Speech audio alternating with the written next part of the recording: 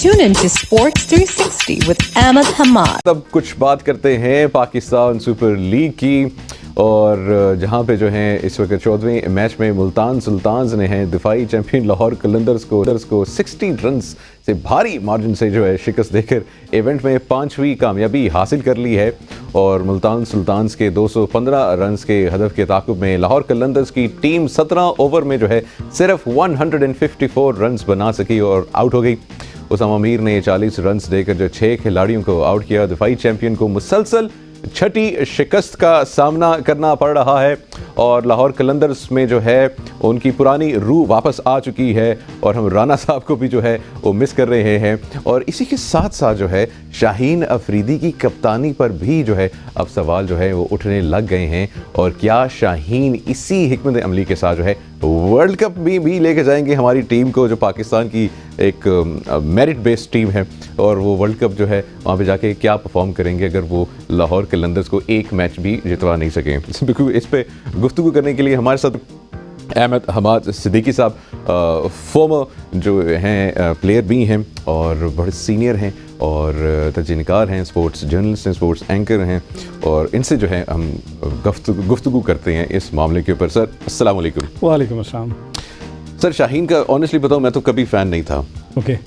Being a bowler वो अच्छा था, लेकिन वो भी पेस ड्रॉप हो गई और हमने उसकी पेस देखते हैं, हम लीग्स में पेस देखते हैं, नेशनल में पेस नहीं देखते। और अब जिस तरीके से वो छठी शिकस्त जो है उनके कंधों पे जो है वो ताज सज गए हैं, क्या कहते हैं? देखिए, पहले आपने कैप्टनसी की बात की हाँ, कह सकते हैं कि defending champion 2 back to back title Shaheen की कैप्टनसी में ही जीते। लेकिन क्या हुआ कि लाहौर कलंदर्स 6 लगातार मैच, आप डिफेंडिंग चैंपियन हैं, आपके पास एक तो जीत जाओ, बेस्ट पॉसिबल प्लेयर्स हैं, तो कॉम्बिनेशन थोड़ा सा डिस्टर्ब हुआ एक प्लेयर के ना होने से, और वो थे राशिद खान। उनका जो भी टोटल वो बोर्ड पे लगाते थे, उनका शाहीन और हारिस रऊफ के स्पेल के बाद जब राशिद खान आते थे तो middle part of the inning में दूसरी टीम की वो कमर तोड़ देते थे। तो रन नहीं देते थे, साथ साथ वो विकेट टेकिंग बॉलर थे। अच्छा, दूसरा आपको एक इनका जो इस वक्त नज़र आ रहा है वीक एरिया, वो है इनका फ़खर जमान परफॉर्म नहीं करे। उनसे बहुत ज़्यादा एक्सपेक्टेड कि फर्स्ट पावर प्ले में वो बड़ा ज़बरदस्त आगाज़ देंगे और उस बेस पे बाकी बैटिंग लाइनअप जो है वो कैपिटलाइज करेगी और रन्स ऑन द बोर्ड लगा सकेगी। तो ओवरऑल देखा जाए कुछ प्लेयर्स को सही तरह यूटिलाइज भी नहीं कर पा रहे। सिकंदर रजा एक ज़बरदस्त ऑलराउंडर है, जिम्बाब्वे से ताल्लुक है, लेकिन उनको उनसे ना प्रॉपर बॉल करवाया जा रहा है और ना उनको सही जगह पे बैटिंग। वो मैच विनर हैं, बिल्कुल ऐसे कि उनको। और फिर अब हमें कुछ ऐसे प्लेयर नजर आते हैं आपकी टीम में कि हम कहते हैं यार गैम्बल ले लेते हैं, ये चल गया ना तो ये अकेले मैच जिता देगा। मैं बात कर रहा हूँ वेस्ट इंडीज़ के कार्लोस ब्रैथवेट। कल भी हमने देखा जब मैच तकरीबन ख़त्म ही हो गया था, कितनी आसानी से उसने छक्का लगाया। मतलब उनको आप गैम्बल करके पावर प्ले में अगर बैटिंग नहीं कराएंगे तो उनका कोई फायदा नहीं उनका, क्योंकि वो आसानी 30 यार्ड के ऊपर से शॉट्स लगाने की सोच सकते हैं। तो एक गैम्बल तो लिया जाता। तो शाहीन शाह अफरीदी वो गैम्बल क्या लेते हैं, खुद बैटिंग करने ऊपर आ जाते हैं। मतलब पिछली लीग में चले आपकी लक, बड़े होके बैट्समैन बनूंगा। हाँ, वो पिछली लीग में लग गया था आपका लक। मैं कहूँगा कि आपने 2-4 इनिंग खेल भी दी, फाइनल में भी खेल दी, लेकिन इसका ये मतलब नहीं है आपने पूरे साल अपनी असेसमेंट इंसान खुद कर लेता है ना। और सिंसियर होना, आपने हम मुल्तान सुल्तान की बात करेंगे सिंसियरिटी, तो रिजवान की सिंसियरिटी नजर आ जाती है कि कल सेक्रीफाइस किया, विकेट कीपिंग नहीं की उन्होंने, और वो फील्ड में और उसी एनर्जी के साथ वो परफॉर्म करते हुए नजर आए। कि बेशक वो विकेट कीपर है नहीं है, लेकिन बहैसियत कैप्टन उनका ग्राउंड में रहना, बाकी टीम को जल करना और उनसे डिलीवर करवाना, मैं कहता हूँ हैट्स ऑफ टू रिजवान।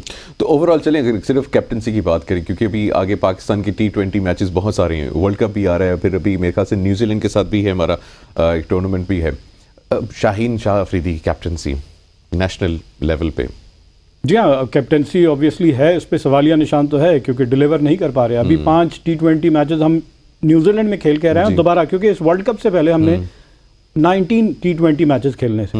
अच्छा, पाकिस्तान क्रिकेट बोर्ड की प्लानिंग क्या नजर आ रही है? आप एक ही टीम से 19 में से 10 मैच आप एक ही टीम से खेलें, तो आप कम से कम दुनिया की तमाम टीमों से कुछ थोड़ा बैलेंस रखते। 3 एक से खेल लेते, बाकी इस तरह प्लान कर लेते। लेकिन जब आप एक ही टीम के अगेंस्ट खेल रहे हैं तो आप एक ही टीम के अगेंस्ट तैयारी कर रहे हैं, तो मुख्तलिफ कॉम्बिनेशन होते, आप मुख्तलिफ अपोजिशन के खिलाफ खेलते, हर एक की वीकनेसेस और स्ट्रेंथ आपको मालूम होती। तो फिर आप प्रिपरेशन, हम कहते हैं कि यार हम हर टीम को हमने देख लिया और हमारी ये स्ट्रेटजी। आप सिर्फ एक टीम के खिलाफ खेल रहे हैं और फिर आप जाएंगे वर्ल्ड कप खेलने जून में, और मेगा इवेंट का सबसे इंपॉर्टेंट मैच है between Pakistan and India, arch rivals, and that is going to be held on 9th of June New York में।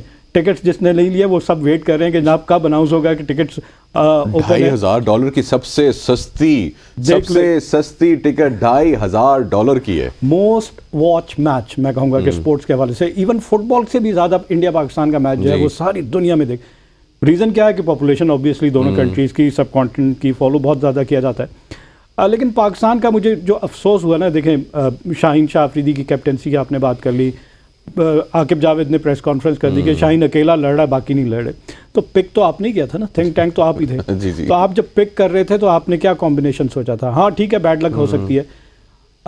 अगेन वही कि वर्ल्ड कप हम अभी खेल कर आए हैं, फ़खर जमान से हम एक्सपेक्ट ही करते हैं कि 10 में से एक इनिंग खेलेगा। जब आप ये स्ट्रेटेजी, ये माइंडसेट बनाते हैं कि यार एक मैच में वो चल जाएगा, तो 9 मैच वो हरवा भी रहा। और यही माइंडसेट मुझे समझ नहीं आता।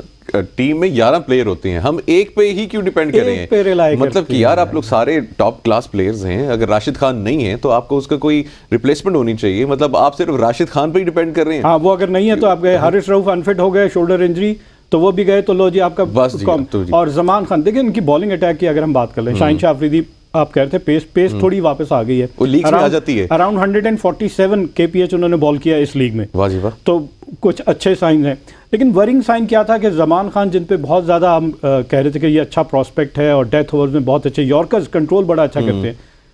अच्छा, अब जब आप प्रिडिक्टेबल हो जाते हैं ना, बैट्समैन को पता होता है किस लेंथ पे बॉल करेंगे। जमान खान प्रिडिक्टेबल हो गए हैं, वो यॉर्कर लेंथ पे ज़्यादा मैक्सिमम बॉल करते हैं, तो बैट्समैन वहीं से उनको लाइन अप कर लेता है कि मुझे उसको अपने एरियाज पता है कि कहाँ पे इसको शॉट खेलनी है। इफ्तिखार और शाहीन शाह अफरीदी का अगर आपने मुकाबला देखा होगा, एक तो हीटेड एक्सचेंज ऑफ वर्ड्स दोनों के हो रहे हैं, कूल और काम रहना पड़ेगा। बैट्समैन हमेशा चाहता है कि बॉलर को थोड़ा सा डिस्टर्ब करे, या बॉलर चाहता है कि बैट्समैन को डिस्टर्ब करे।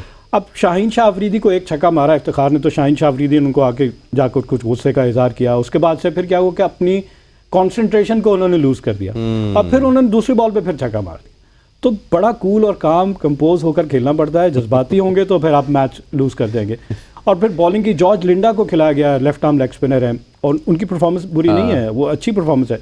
लेकिन वही बात है कि जमान खान नहीं परफॉर्म कर रहे और बैटिंग बिल्कुल भी नहीं परफॉर्म करती। आप आंखें तब दिखाते हैं जब आप 6 के 6 मैच जीते हो। हाँ जी बिल्कुल, एग्जैक्टली। मतलब आप 5 मैच हारे हुए हैं, पॉइंट टेबल पे बॉटम पे हैं, आप पोजीशन कर रहे हैं, आपके कोई चांस नहीं है कि आप एलिमिनेटर्स राउंड तक पहुंच पाएंगे, और उसके बाद से आप अगर ये कर रहे हैं, चले ठीक है कर लें, फायदा कुछ भी नहीं है इसका। इसका वाकया।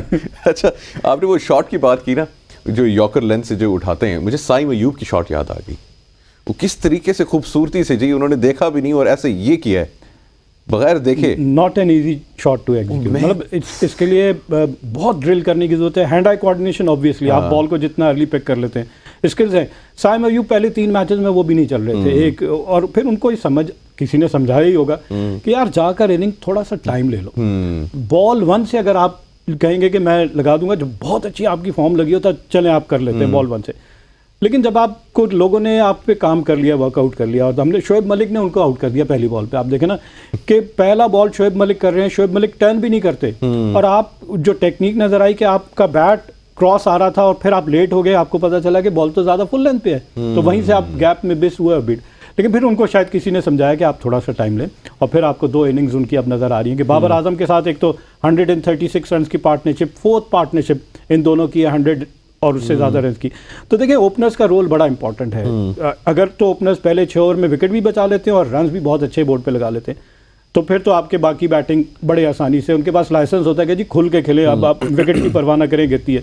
और वही हम देख रहे हैं कि मुल्तान सुल्तान, पेशावर ज़ल्मी, बाबर आजम ने ज़बरदस्त सेंचुरी स्कोर की। बहुत ज़्यादा क्रिटिसिज्म बाबर आजम के ऊपर, लेकिन बाबर तो डिलीवर कर रहे हैं। बाबर की आप कुछ भी नहीं कह सकते। और ये भी कुछ हलकों में ये बात हो रही है कि बाबर को दोबारा कैप्टन बनाया जाए, लेकिन देखिए बाबर को हमें मूव ऑन कर देना चाहिए, मूव ऑन करना चाहिए। सचिन तेंदुलकर, ब्रायन लारा, विराट कोहली, बड़े नाम है, कैप्टनसी एक दफ़ा मिली, कर लिया आपने, डिलीवर कर दिया। अब आप as a player, as a individual batsman आप परफॉर्म करके, अगर बनाना है कैप्टन तो रिजवान को बनाए। Rizwan is a good choice. Exactly, Rizwan is a good choice, Rizwan is a good choice. अच्छा, मैं ये पूछना था कि पाकिस्तान के पास बहुत टैलेंट आता है, हमने बहुत सारे पेसर्स भी देखे हैं और बैट्समैन भी देखे हैं बड़े कमाल के, लेकिन वो फिर समहाउ जो लूज़ कर जाते हैं। साइम अयूब वाली जो बात है ना कि उसको किसी ने बताया समझाया, आपका एक्सपीरियंस भी बहुत ज़्यादा है, वसीम अकरम के साथ भी, जावेद मियांदाद के साथ भी आपने जो है वो खेला है।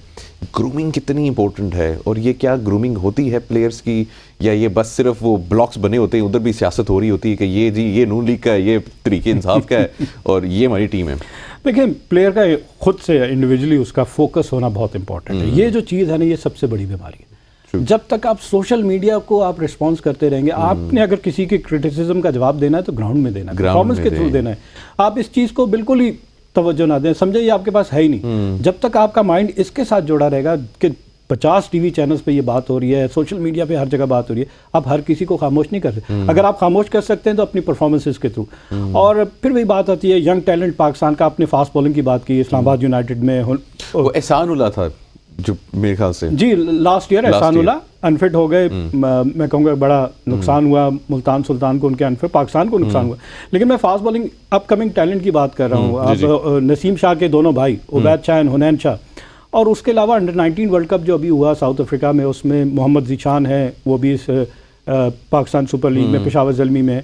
फिर अली रज़ा एक बहुत 15 ईयर्स ओल्ड का एक फास्ट बॉलर, जिनको इयन बिशप कह रहे हैं कि अगर पाकिस्तान ने इसको ग्रूम कर लिया तो ये बहुत आगे जाने वाला है। तो टैलेंट नज़र आ जाता है। फिर थिंक टैंक जो होता है ना हमारा, जो फॉर्मर ग्रेट्स हैं, उनकी देखें, आपने अपने वक्त में कमा लिया, बहुत कुछ कर लिया, आपका नाम बन गया, अब आपको अपनी कंट्री को वापस देना है। तो आपके पास वो कहते हैं ना कि जो एक्सपीरियंस होता है उसका कोई नेमल बदल नहीं है। आपके पास वो आई है, वो जज कर सकते हैं कि हाँ इसमें बॉलर है या बैट्समैन है, इसमें पोटेंशियल है, इसको थोड़ा सा फाइन ट्यून कर लें तो ये वर्ल्ड बीटर बन सकता है। वो इनकी अब कंट्रीब्यूशन नजर आनी चाहिए player. Keep on watching Sports 360 with Ahmed Hamad for latest news, views, and interviews of sports personalities from around the world.